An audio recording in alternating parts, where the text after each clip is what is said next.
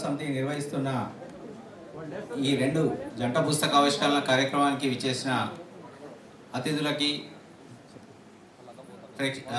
మిత్రులకి తెలంగాణ అభివృద్ధిని కోరుకునే వాళ్ళందరికీ పేరు పేరున స్వాగతం సుస్వాగతం. ఈ సమావేశానికి సభాధ్యక్షత వహించాల్సిందిగా దేశపతి శ్రీనివాస్ ఎమ్మెల్సీ వికాస్ సమితి అధ్యక్షులు గారిని వేదిక మీదకి రావాల్సిందిగా సాదరంగా ఆహ్వానిస్తున్నాం.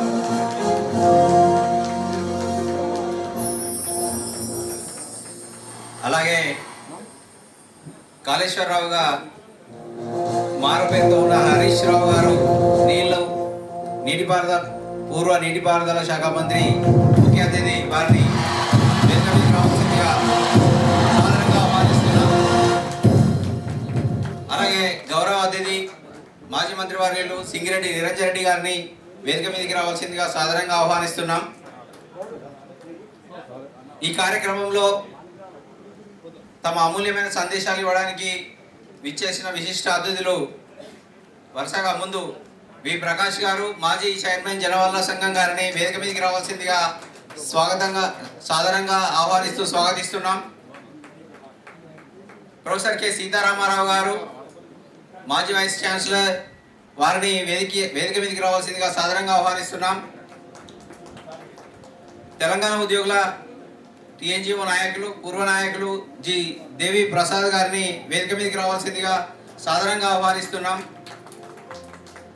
గ్రంథాలయ పరిషత్ మాజీ చైర్మన్ శ్రీ అయాచితం శ్రీధర్ గారిని వేదిక మీదకి రావాల్సిందిగా సాదరంగా ఆహ్వానిస్తున్నాం. విశ్రాంత ఇంజనీర్ల ఫోరం సంగారెడ్డి శాసనసభ్యులు చింత ప్రభాకర్ గారు వేదిక మీదకి రావాల్సిందిగా కోరుతున్నాను. అట్లాగే జహీరాబాద్ శాసనసభ్యులు మాణిక్యరావు గారు, ముఠా గోపాల్ గారు వేదిక మీదకి రావాల్సిందిగా ఆహ్వానిస్తున్నాను. విశ్రాంత ఇంజనీర్ల సంఘం ప్రధాన కార్యదర్శి తన్నీర్ వెంకటేశం గారిని వేదిక మీదకి రావాల్సిందిగా సాధారణంగా ఆహ్వానిస్తున్నాం. సీనియర్ జర్నలిస్ట్, ప్రముఖ అనలిస్ట్ పి వేణుగోపాల స్వామి గారిని వేదిక మీదకి రావాల్సిందిగా సాధారణంగా ఆహ్వానిస్తున్నాం.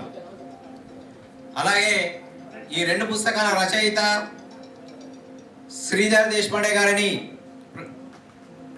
కరతాళ దండ్ల మధ్య వేదిక మీదకి రావాల్సిందిగా ఆహ్వానిస్తున్నాం.